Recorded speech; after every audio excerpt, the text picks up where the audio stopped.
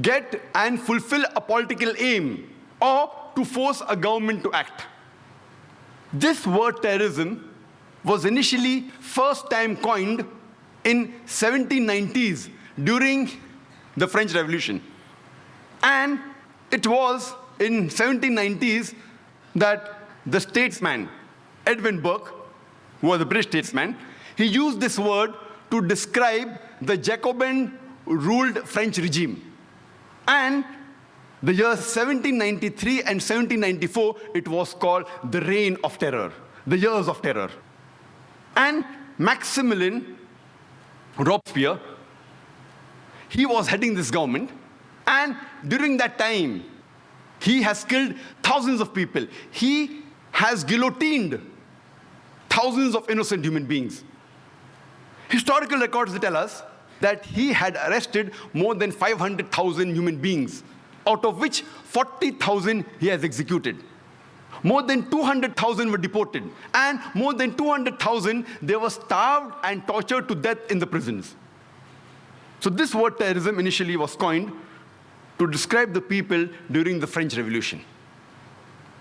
Today, we have in the international media, there is a very common statement which is repeatedly bombarded, especially in the Western media. And that statement is, all Muslims are not terrorists, but all terrorists are Muslims. And this statement was even imported to India, especially after the 11th July, the serial train bomb blast that took place in Bombay, especially to Bombay. And we find that even in India, especially in Bombay, people kept on repeating the statement that all Muslims are not terrorists, but all terrorists are Muslims. Let us analyze today what do the historical records tell us, and what does the data on terrorist attack that is available in world history, what do they tell us? When we look at the records, in 19th century, we can hardly find any terrorist attacks have been done by Muslims. Time does not permit me to speak about the details of the attacks taking place in 19th century. I'll just mention a couple of them. We know that in 1881, Tsar Alexander II of Russia, he was assassinated. He was traveling in a bulletproof carriage in St. Petersburg Street. There was a bomb that kills innocent 21 bystanders. He comes out of the bulletproof carriage, another bomb comes, and he's killed. He was not killed by a Muslim, he was killed by Ignis. He was a Pole from Burbusk. He was a non-Muslim, he was an anarchist. We know in 1886, there was a bomb blast that took place in the Haymarket in Chicago during the labor rally. And 12 innocent people were killed. One amongst them was a policeman by the name of Dejan. Later on, 7 policemen were injured and they died in the hospital. The people responsible for this act, they were not Muslims. There were 8 anarchists, all of them non-Muslims. When we analyze the record of the terrorist attacks that have taken place in the 20th century, we know from the historical records that on the 6th of September, 1901, the then president of USA, William McKinley, he was assassinated by an anarchist by the name of Leon. He was shot twice by Leon. He was a non-Muslim. On the 1st of October, 1910, there was a bomb blast that took place in the Los Angeles Times newspaper building, in which 21 innocent people were killed. The people responsible for this bomb blast, they were 2 Christians by the name of James and Joseph. They were union leaders. They were non-Muslims. We know that on the 28th of June, 1914, in Sarajevo, France, the Archduke of Austria, along with his wife, they were assassinated, which precipitated the World War I. The people responsible for this assassination, they were called the Young Bosnia. Most of them, they were Serbs. They were not Muslims. From historical record, we come to know that on the 16th of April, 1925, there was a bomb blast that took place in St. Nedelia Church. in Sofia, the capital of Bulgaria, in which more than 150 innocent people were killed and more than 500 injured. It was the biggest terrorist attack that has taken place on the soil of Bulgaria. It was conducted by the Bulgarian Communist Party. They were not Muslims.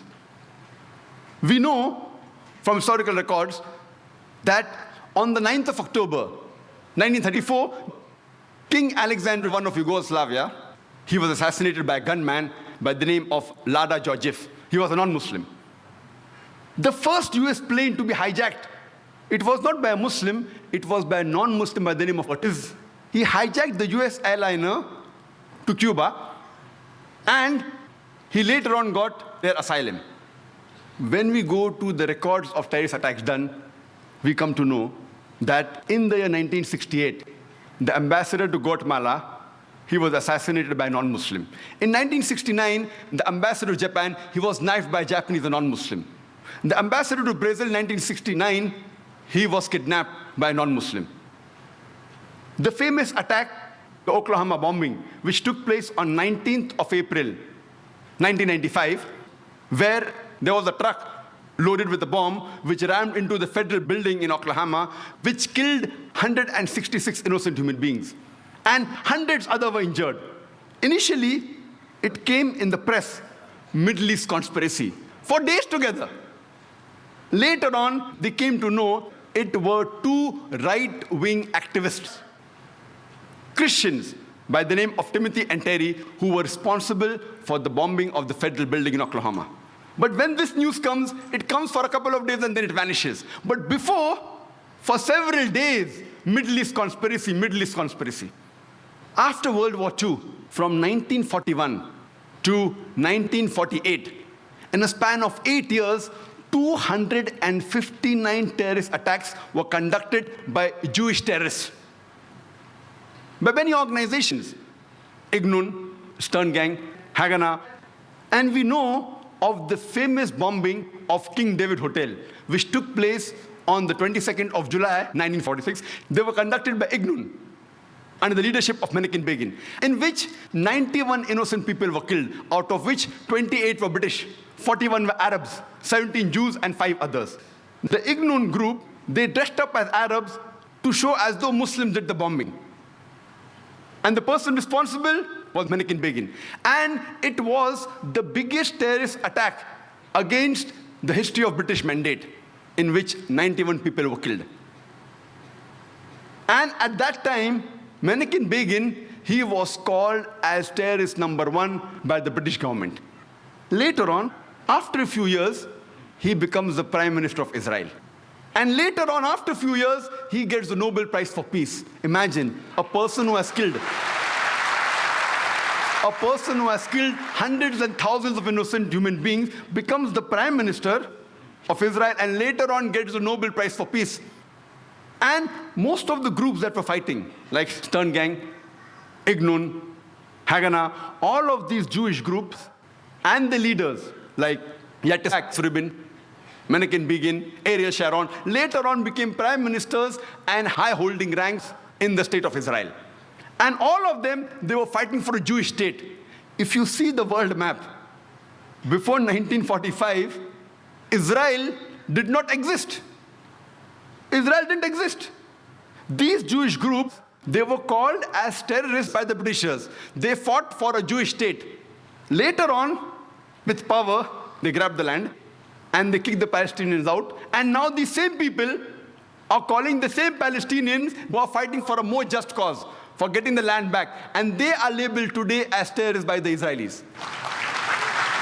Imagine, Hitler incinerated 6 million Jews. He kicks the Jewish community out. Why should they come to Palestine? The Palestinians, they welcome the cousins with open hands. If they should take a land, they should go back to Germany. They should go back to Europe. Imagine the Palestinian, they welcome the cousins. Imagine, suppose a visitor comes to your house. Being a stranger, you welcome him in your house. After a few days, he kicks you out of the house. And when you cry at the doorstep, I want my house back, people call you a terrorist. This is exactly what has happened today. The Palestinians, they are called as terrorists for what? They only want their land back.